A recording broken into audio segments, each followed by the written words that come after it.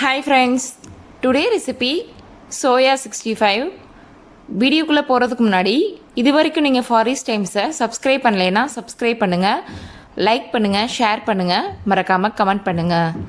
Thank you.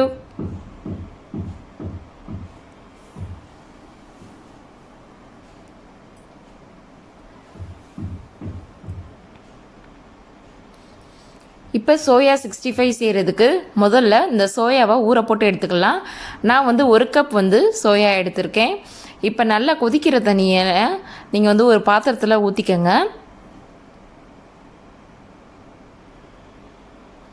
இப்போ இதில் ஒரு 1/2 டீஸ்பூன் போல் உப்பு சேர்த்துக்கங்க. இப்போ நம்ம வச்சுருக்க சோயாவை இதோட சேர்த்துடலாம். இது ஒரு 20 நிமிஷமாவது நல்லா ஊறட்டும். ஒரு கரண்டியை வச்சு நல்லா அந்த மாதிரி அமுக்கி விட்டுக்கங்க.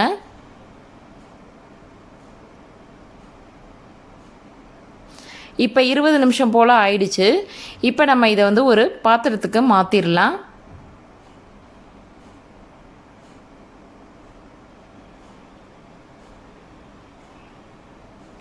இப்போ நார்மல் வாட்டரை வச்சு இதோட வாஷ் பண்ணிக்கலாம். நல்லா வாஷ் பண்ணிவிட்டு கையால் நல்லா பிழிஞ்சு விட்டு எடுத்துக்கங்க.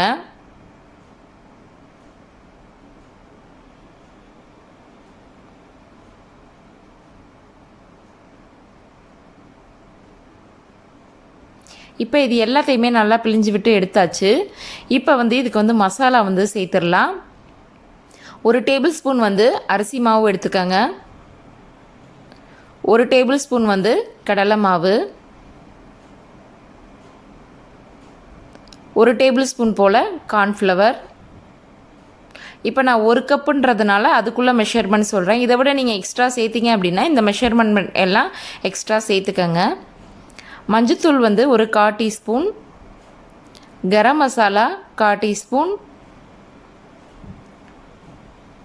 மிளகாத்தூள் ஒரு 1/2 டேபிள் ஸ்பூன் போல் சேர்த்துக்கங்க. நான் காஷ்மீரி சில்லியும் இதோட சேர்த்து மிக்ஸ் பண்ணியிருக்கிறதுனால நான் மொத்தமாக 1/2 டேபிள் ஸ்பூன் போல் சேர்த்துக்கிட்டேன். சப்போஸ் நீங்கள் உங்கள்கிட்ட காஷ்மீரி சில்லி நீங்கள் மிக்ஸ் பண்ணலை அப்படின்னா நீங்கள் காஷ்மீரி சில்லி ஆட் பண்ணிக்கோங்க. சப்போஸ் உங்கள்கிட்ட இல்லை அப்படின்னா நீங்கள் ஃபுட் கலர் கூட யூஸ் பண்ணிக்கலாம். கொஞ்சம் நல்லா கலராக இருக்கும். இஞ்சி பூண்டு பேஸ்ட் ஒரு 1/2 டீஸ்பூன் போல் சேர்த்துக்கலாம். இப்போ இந்த மசாலாக்கு தேவையான அளவு உப்பு சேர்த்துக்கங்க. இதோட ஒரு பாதி லெமன் பிழிஞ்சு விட்டுக்கலாம். இப்போ இது எல்லாத்தையுமே நல்லா மிக்ஸ் பண்ணி விட்டுக்கிடுவோம். எடுத்தோடனே நீங்கள் தண்ணி சேர்க்காதீங்க. இதை நல்லா மிக்ஸ் பண்ணி விட்டுக்கங்க. மிக்ஸ் பண்ணி விட்ட பிறகு அதுக்கப்புறம் தண்ணி சேர்த்துக்கலாம்.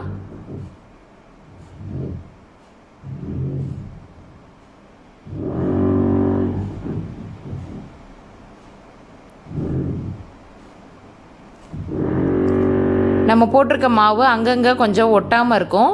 ஸோ அதனால முதல்ல மிக்ஸ் பண்ணி விட்டுக்கங்க. அதுக்கப்புறம் ஒரு 1 டேபிள் ஸ்பூன் போல் தண்ணி சேர்த்துக்கங்க.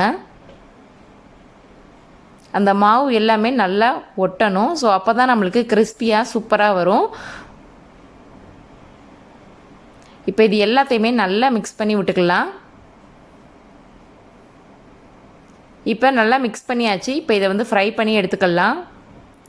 இப்போ கடாயில் எண்ணெய் ஊற்றி சூடாயிருச்சு. இப்போ ஒவ்வொன்றா போட்டு எடுத்துக்கலாம்.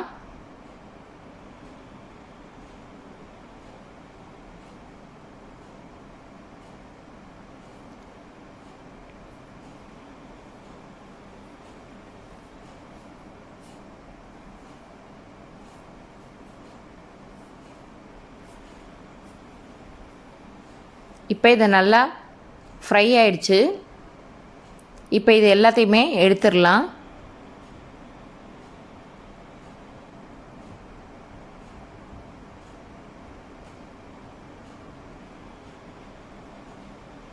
இப்போ இதே மாதிரி எல்லாத்தையும் ஃப்ரை பண்ணி எடுத்துக்கிடுவோம். இப்போ நான் எல்லாத்தையுமே ஃப்ரை பண்ணி எடுத்துட்டேன். அடுப்பு ஆஃப் பண்ணியாச்சு. பண்ணிவிட்டு இதில் பச்சை மிளகா, கருவேப்பிலை சேர்த்து ஃப்ரை பண்ணி எடுத்துக்கிடுவோம். நீங்கள் ஃப்ரை பண்ணும்போது கவனமாக ஃப்ரை பண்ணுங்கள். மேலே தெரிக்கும் எண்ணெய். ஸோ அதனால் அடுப்பை அமர்த்திட்டு செய்யுங்க. அமர்த்திட்டு பண்ணாலுமே தெரிக்க தான் செய்யும். கவனமாக செய்யுங்க.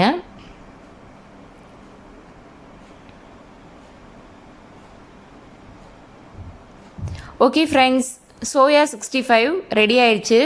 ஈவினிங் ஸ்நாக்ஸ்க்கு சூப்பராக வச்சு சாப்பிட்லாம். கண்டிப்பாக நீங்கள் ட்ரை பண்ணி பாருங்கள். எல்லாத்துக்குமே இந்த சோயா 65 ரொம்ப பிடிக்கும். இந்த வீடியோ உங்களுக்கு பிடிச்சிருந்துச்சுன்னா லைக் பண்ணுங்கள், ஷேர் பண்ணுங்கள், கமெண்ட் பண்ணுங்கள். மறக்காமல் சப்ஸ்கிரைப் பண்ணுங்கள்.